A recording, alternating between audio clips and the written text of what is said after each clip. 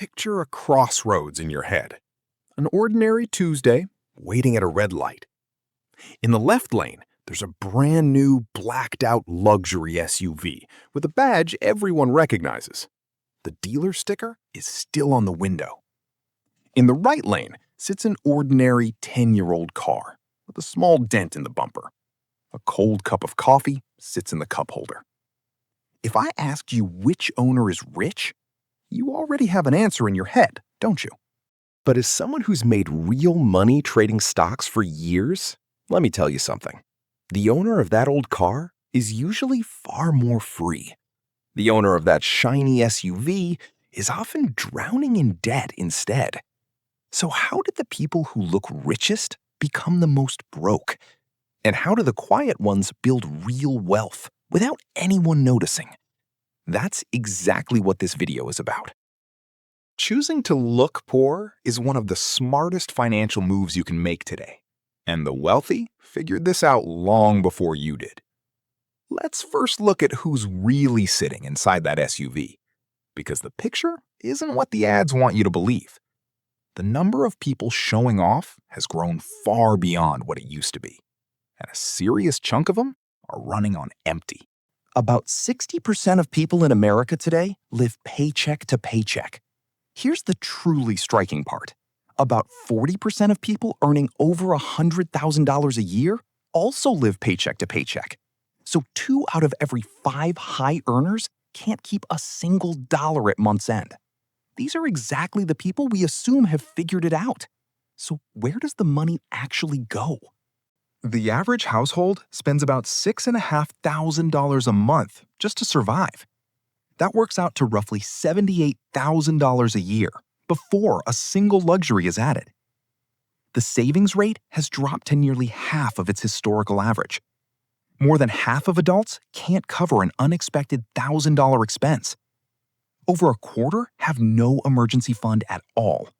That's the worst level ever recorded. The typical emergency savings balance sits around $600. Not $6,600, just $600. That's the real story hiding underneath that shiny car. And the picture keeps getting worse because people are falling into this by necessity, not choice.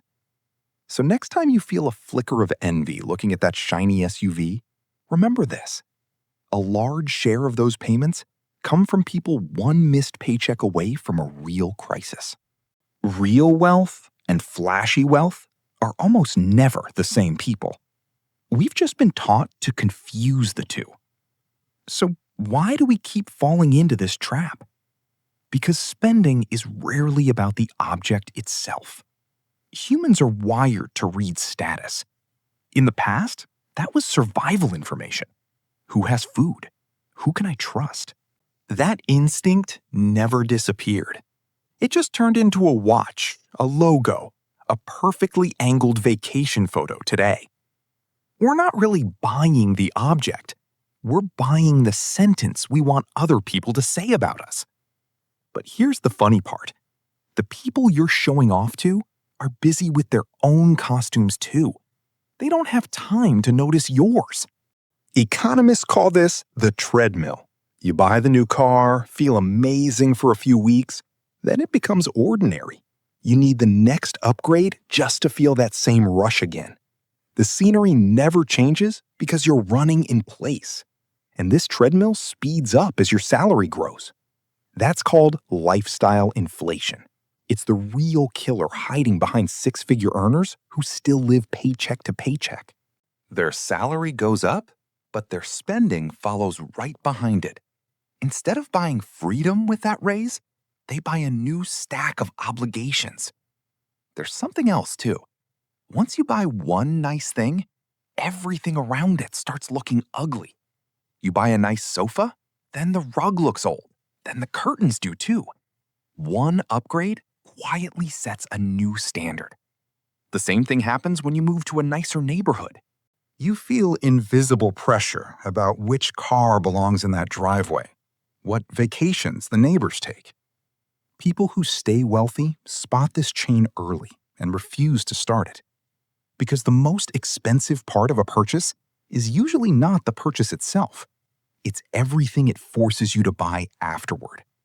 Now, let's look at the real cost, because the math is more brutal than it looks.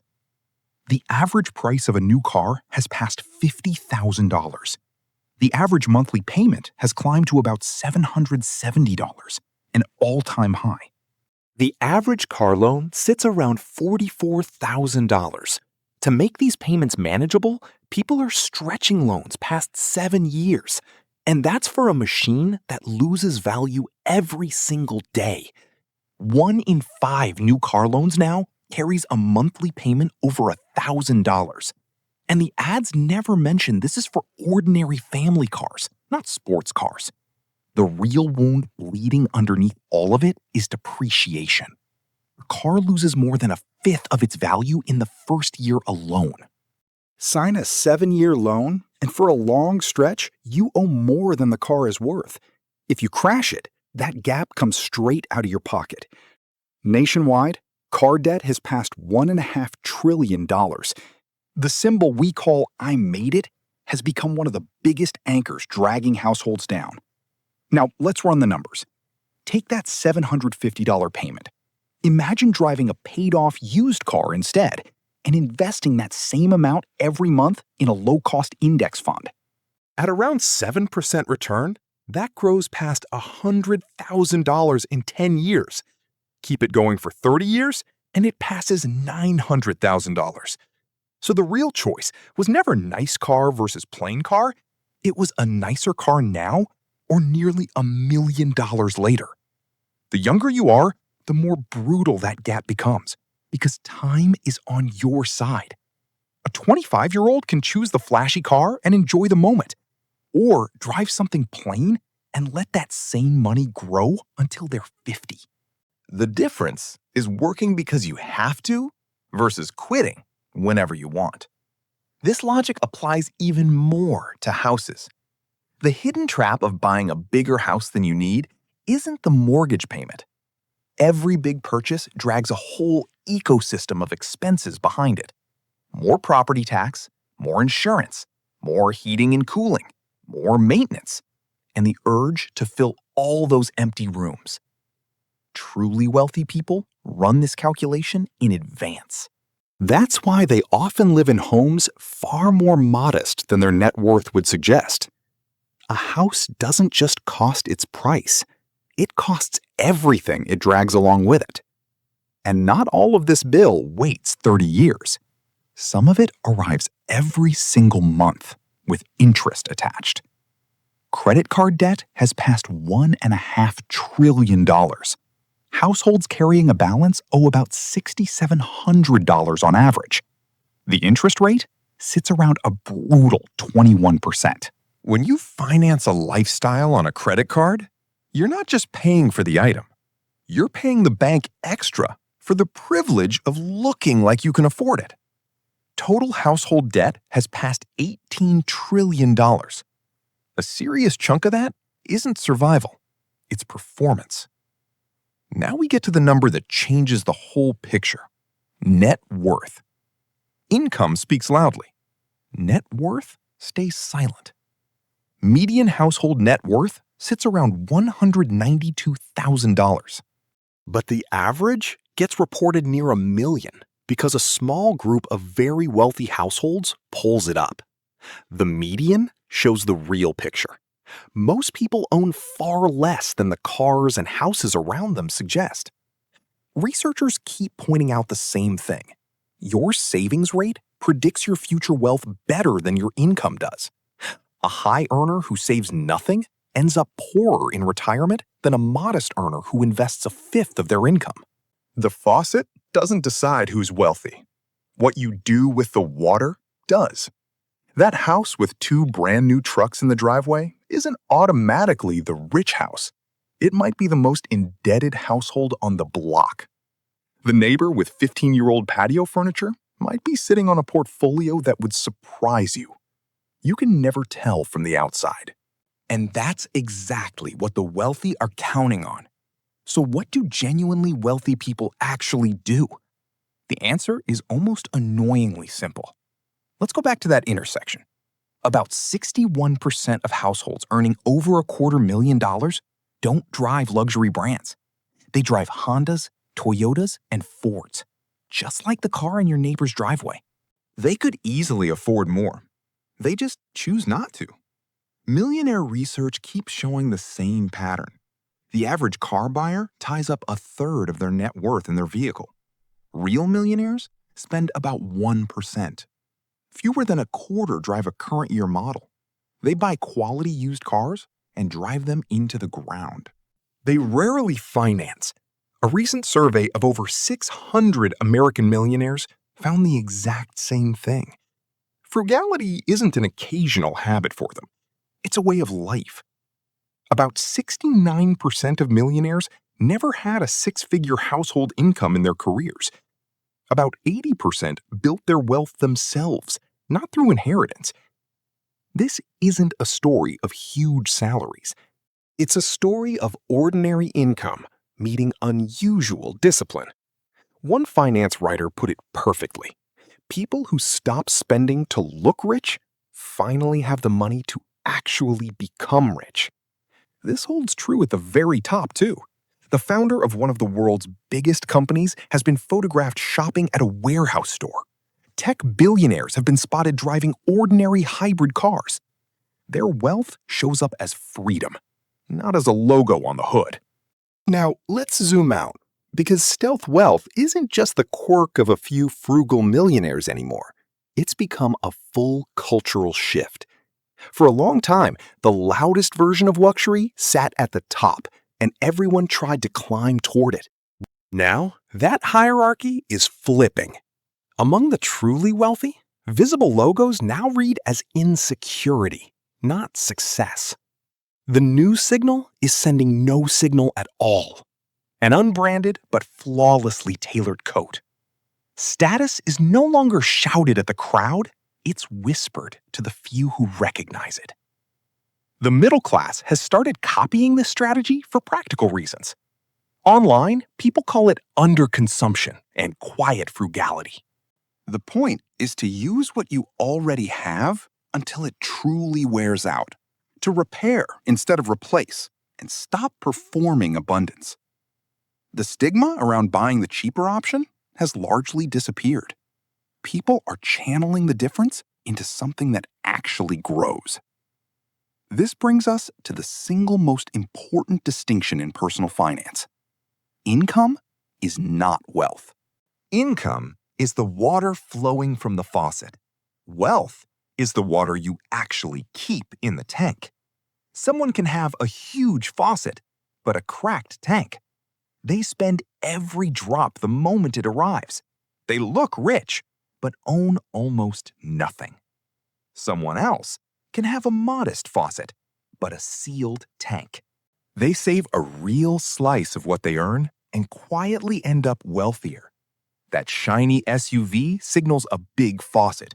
It tells you nothing about the tank. The louder it is, the emptier the tank usually is. The truly wealthy compete on the size of the tank nobody can see, not the faucet everyone can. Looking poor is simply what a full tank looks like from the outside. And here's maybe the most valuable idea in this whole video. The true measure of wealth isn't even the size of the tank. It's what the tank lets you do. I call that optionality. Can you walk away from a job that's draining you?